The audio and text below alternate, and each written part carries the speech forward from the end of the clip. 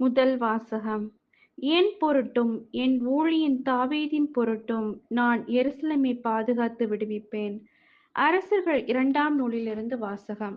அதிகாரம் 19, இறைவசனங்கள் 9 முதல் 11, 14 முதல் 21, 31 முதல் 35 மற்றும் 36.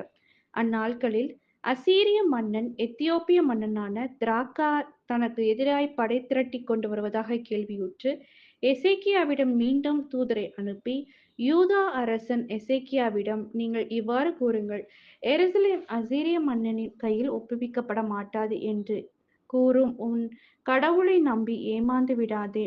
இதோ, அசீரிய மன்னர்கள் எல்லா நாடுகளுக்கும் செய்திருப்பதையும் அவற்றை முற்றிலும் அழிந்ததையும் நீ கேள்விப்பட்டிருப்பாய்.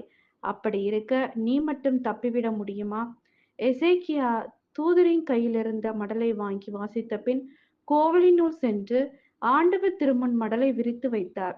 மேலும் எசேக்கியா ஆண்டவரை மன்றாடி கூறியது: கெருபுகள் மேல் வீற்றிருக்கும் இஸ்ரேலின் கடவுளான ஆண்டவரே, இவ்வுலகத்து அரசுகளுக்கெல்லாம் நீர் ஒருவரே கடவுள். விண்ணையும் மண்ணையும் படைத்தவர் நீரே. ஆண்டவரே, நீர் செவிசாய்த்து கேட்டருளும். ஆண்டவரே, உம் விழிகளை திறந்து என்னை நோக்கி அருளும். தூதனுப்பி என்றுமுள்ள கடவுளை பழித்துரைக்கும் சனகெரிபின் சொற்களை கேட்பீராக. ஆண்டவரே, அசீரிய மன்னர்கள் வேற்றினத்தாரையும் அவர்கள் நாடுகளையும் அழித்தது உண்மைதான். அவர்கள் வேற்றினத்தாரின் தெய்வ சிலைகளை நெருப்பிலிட்டு எரித்தனர். ஏனெனில் அவை உண்மை கடவுள் அல்ல, மரத்தாலும் கல்லாலும் மனிதன் செய்தவையே. எனவே அவற்றை அழிக்க முடிந்தது.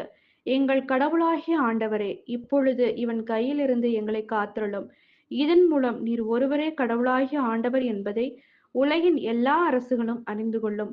அப்பொழுது அம்முச்சின் மகன் எசாயா எசேக்கியாவிடம் அனுப்பி சொன்னது: இஸ்ரேலின் கடவுளாகிய ஆண்டவர் கூறுவது இதுவே: அசீரிய மன்னன் சனகெரிபை பற்றிய உன் வேண்டுதலை கேட்டேன். அவனுக்கு எதிராக ஆண்டவர் கூறிய வார்த்தை இதுவே: கன்னி மகள் சீயோன் உன்னை இகழ்கிறாள், உன்னை பார்த்து நகைக்கிறாள். அவள் மகள் எருசலேம் பின் நின்று தலையசைக்கிறாள். ஏனெனில் எஞ்சியோர் எருசலேமிலிருந்து வெளியேறுவர், உயிர் பிழைத்தோர் சீயோன் மலையிலிருந்து புறப்படுவர். படைகளின் ஆண்டவரது ஆர்வமே இதை நிறைவேற்றும்.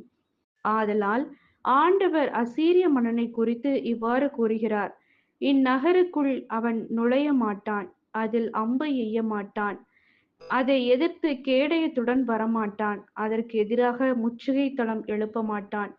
அவன் வந்த வழியே திரும்பி போவான், இந்நகருக்குள் நுழையவே மாட்டான் என்கிறார் ஆண்டவர். இந்நகரை நான் பாதுகாப்பேன். என் பொருட்டும் என் ஊழியன் தாவீதின் பொருட்டும் நான் அதை விடுவிப்பேன்.